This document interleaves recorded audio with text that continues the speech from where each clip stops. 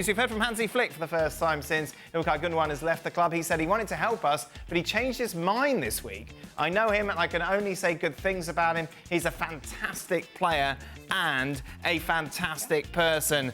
For more on this, Nathan's still with us. We welcome in Gemma Soler as well from Spain. Gemma, what's the feeling of the Barcelona fans about this? Are they thinking that Gündoğan has walked away from the club, that he saved the club by walking away and saving his wages, or he's been pushed out by the club? Hey, Dan.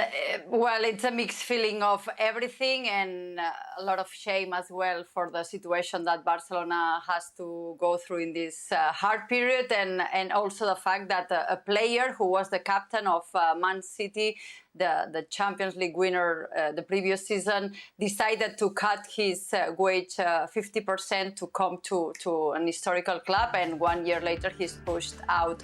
So it's a mix of feeling of someone who was a key player last season. It's true that it was not a successful season, but he was a player with more games. Here we see 51 with who was the most starter in Barcelona, the top assister of the team, 14.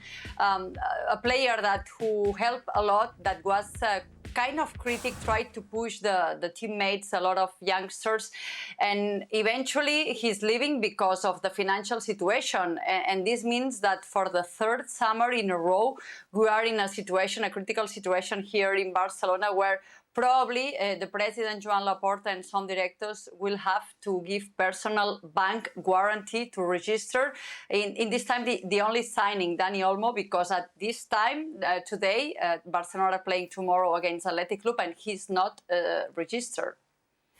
What a mess. What a mess. Let's focus, shall we, on Gündoğan first. This is what he had to say about his return to Manchester City and leaving Barcelona. When you leave this place, you spend a year away and you then start to appreciate the place even more. You realise what you had, how amazing the time was and how big the club is. Nadim, is this a good move for everyone?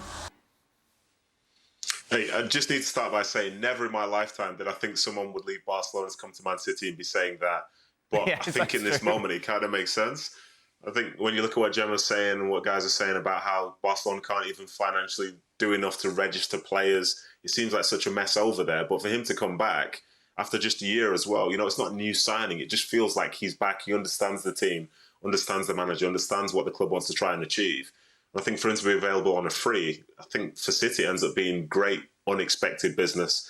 Obviously, this will probably have a knock-on effect of certain other people in the squad because, you know, after he left, one or two people came in. You know, Foden, for example, came inside and he had his best ever season last year. But I think when you can bring back a club captain as such, as I say, within a year, I think it's fantastic news for Gündoğan, for Guardiola, the fans. Every City fan I've heard was delighted to have him back. So, yeah, we'll see how he fits into this slightly different Man City side, but a familiar face always helps.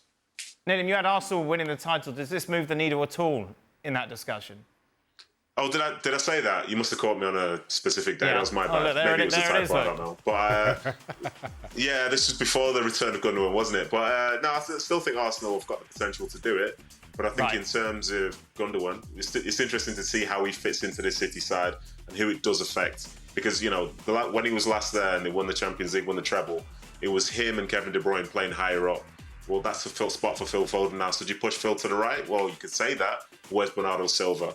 You know, these are questions that will need to be asked and answered throughout the season. But to have somebody with that experience, that know-how in terms of how to play the game, and as we saw last year, you know, somebody that seems to be very available for games. You know, 51 games for Barcelona at 32, 33 years of age is no mean feat. So if it's available for City, he can have a big impact. And yeah, maybe I can just hope that my predictions end up being wrong again. Does he walk into this team? No, I don't think he walks into it now. But the one thing in my mind, looking at why I've got Arsenal and maybe the same as one or two others, is that you keep looking at City and going, you're going to run out of steam.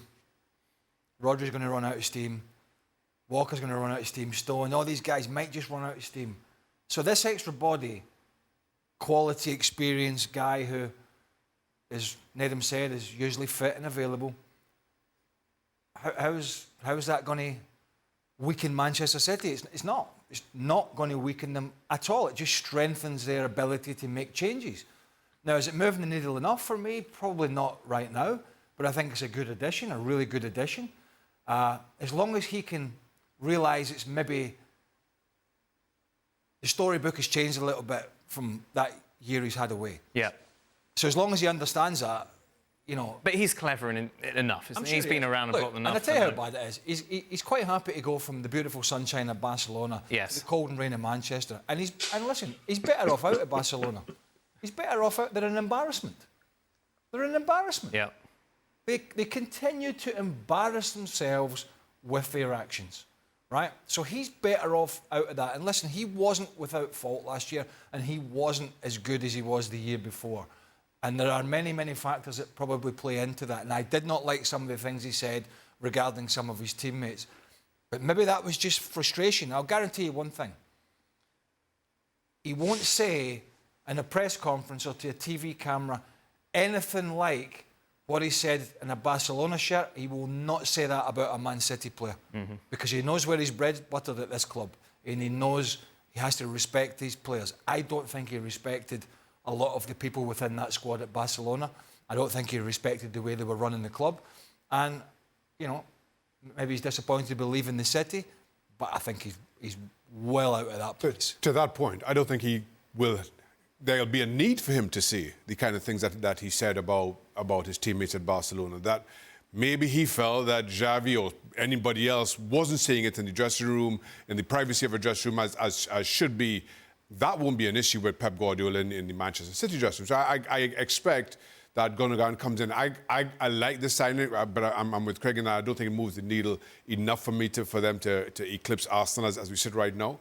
But I think this just it just feels so familiar having Gundogan back for Pep Guardiola in terms of his experience, his leadership, and the quality that he brings. That it makes them better. Again, time will tell if better enough to eclipse Arsenal. You went back to West Ham, didn't you, Shaq? Similar story?